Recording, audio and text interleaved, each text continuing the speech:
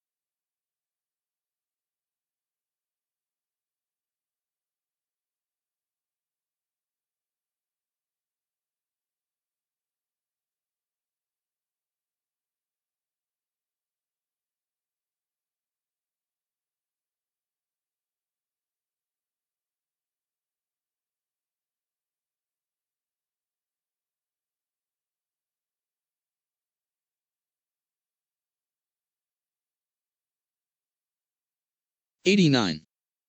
Expand Southern Democrat senators. Expand Southern Democrat congressmen. Many progressive revisionist historians try to point to Senator Strom Thurmond as proof to their claim of some mass party switch. 121 However, because Thurmond, in addition to Representative Albert Watson of South Carolina, was among very few who did, he is an outlier. Conversely, several notable senators remained as Democrats well into the 1970s. Two were Albert Gore, Sr. and J. William Fulbright, the latter of which was a mentor to future President Bill Clinton. 89. Some liberal sources including The Guardian 122 and Vox Media 123 attempt to deceptively whitewash the historical context of the 60s by claiming that the issue was much more attributed to region than party, showing statistics that Northern Democrats were more supportive of civil rights than Northern Republicans and likewise for the South.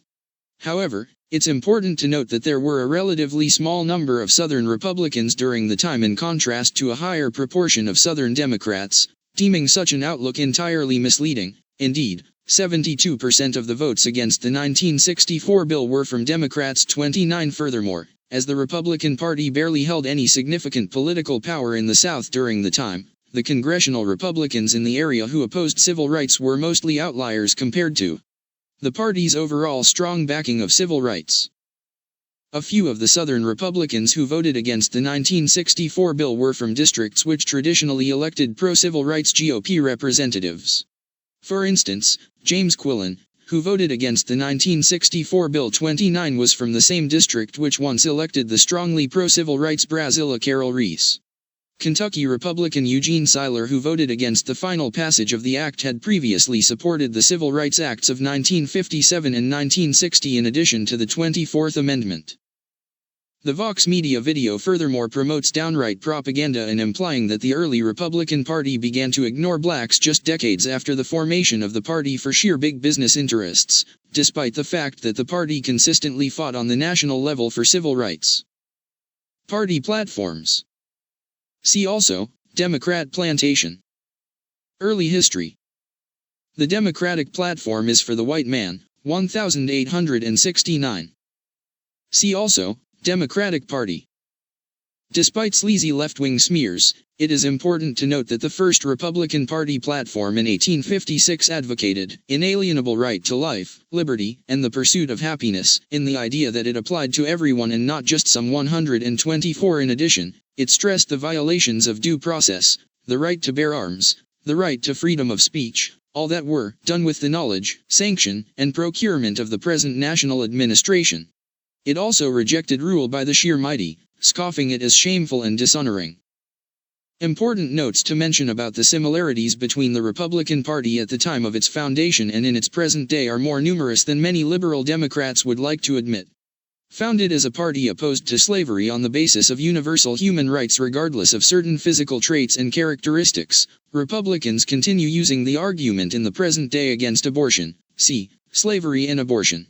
In addition, many early Republicans had recognized the right to bear arms as being vital, including black anti-lynching advocates such as Ida B. Wells, who said, "The lesson this teaches, and which every Afro-American should ponder well, is that a Winchester rifle should have a place of honor in every black home, and it should be used for that protection which the law refuses to give." 125.